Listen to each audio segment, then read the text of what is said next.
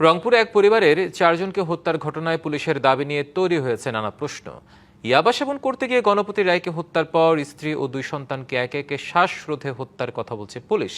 গ্রেপ্তার ওই 2 যুবকের স্বীকারোক্তি ও ডিএনএ পরীক্ষার তথ্য সামনে এনেছে তারা। তবে এই দাবি নাকচ করেছেন নিহতদের স্বজন, সহকর্মী, শিক্ষার্থী ও এলাকাবাসী। তাদের অভিযোগ, প্রকৃত ঘটনা আড়াল করে মামলাকে ভিন্ন খাতে নেয়ার চেষ্টা চলছে। রহস্য উদ্ঘাটনে প্রয়োজনে আরও গভীর ও নিরপেক্ষ অনুসন্ধানের দাবি তাদের। শনিবার রাত 11:30 নগরীর মাসুয়াপাড়ার তালাবদ্ধ বাড়ির সিঁড়ি, ছাদ আর কক্ষের মেঝে থেকে উদ্ধার হয় রংপুর জেলা স্কুলের সাবেক শিক্ষক গণপতি চক্রবর্তী, তার স্ত্রী প্রীতিলতা এবং 2 সন্তান প্রার্থী ও প্রিয়মের মরদেহ। রহস্য উদ্ঘাটনে মাঠে নামে আইন শৃঙ্খলা বাহিনী। গ্রেপ্তার করা হয় 2 প্রতিবেশী যুবক, কানু দাসের ছেলে মুগ্ধ দাস এবং বিনয় দাসের ছেলে সিদ্ধার্থ দাসকে। রবিবার ব্রিফিংয়ে পুলিশ দাবি করে, বৃহস্পতিবার রাতে পাশের ভবন দেবু বর্মনের বাড়ির সিঁড়ি বেয়ে ছাদে উঠে গণপতির বাড়ির ছাদে বসে ইয়াবা সেবন করছিলেন মুগ্ধ ও সিদ্ধার্থ। শব্দ পেয়ে ছাদে উঠে তাদের দেখে ফেলেন গণপতি। এরপর বাকবিতণ্ডার এক পর্যায়ে শ্বাসরোধে গণপতিকে হত্যা করা হয়। পরে হত্যা করা হয় স্ত্রী প্রীতিলতা, সদ্য উচ্চশিক্ষা শেষ করা মেয়ে প্রার্থী এবং প্রাথমিকের শিক্ষার্থী ছেলে প্রিয়মকে। হত্যার পর ঘটনা ভিন্ন খাতে নিতে ঘরের জিনিসপত্র এলোমেলো করা, ভাঙচুর ও লুটপাটের নাটক সাজানো হয় বলেও দাবি পুলিশের।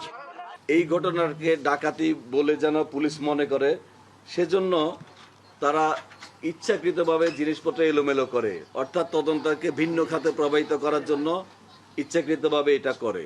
তবে এই দাবি নাকচ করেছেন নিহতদের স্বজন, গণপতির সহকর্মী, শিক্ষার্থীরা।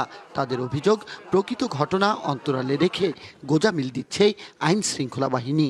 প্রাথমিকভাবে মনে হচ্ছে যে কোনো কিছু একটা হাইড করা হচ্ছে, আমাদের কাছ থেকে কোনো কিছু একটা লুকিয়ে যাওয়া হচ্ছে। আমরা এর সুষ্ঠু তদন্ত চাই। কেউই চিল্লাইতে পারতো না ওই সময়। অবশ্যই চিল্লানি করলে আশেপাশে পাড়া প্রতিবেশীরা অবশ্যই তাদের আসা উচিত। নগদ নিয়ে এলো হার না মানা হার অফার। সর্বনিম্ন 10,000 টাকা রেমিটেন্স নগদে পাঠালে থাকছে স্বর্ণের হার জেতার সুযোগ। মানে আমাদের মনে হচ্ছে যে 2টা লোক কি 4টা এইভাবে 4 জন লোককে মারতে পারে। তদন্তটা আরেকটু ভালো হোক। গ্রেপ্তার 2 যুবকের পরিবার ও এলাকাবাসীর দাবি, মুগ্ধ কিংবা সিদ্ধার্থ কেউই মাদক বা কোনো অপকর্মের সঙ্গে জড়িত নন। না, আমার বাচ্চাটার তো কোনোদিন এইরকম পথেই ছিল না, সে তো নেশাগ্রস্তও ছিল না। আমার ছেলে খুবই ভালো, আমার ছেলে এগুলা বদনেশার মধ্যেও নাই, মানে কাকু মারামারি, ডাঙাডাঙি, খুন চাপাড়াপিড়ি এগুলা কিচ্ছু নাই। জনবহুল হিন্দু পল্লীর নিজ বাড়িতে এক পরিবারের 4 জনকে এমন নৃশংস হত্যায় আতঙ্কিত স্থানীয়রা। শুধু হত্যার কারণ নয়, পুলিশের তদন্তের ধরন নিয়েও উঠেছে নানা প্রশ্ন।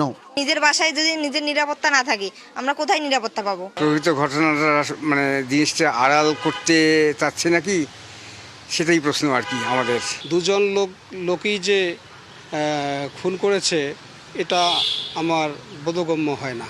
নাগরিক সমাজের প্রতিনিধিরা বলছেন, মাত্র একটি সূত্র ধরে তদন্ত না করে সম্ভাব্য সব মোটিভ খতিয়ে দেখা জরুরি।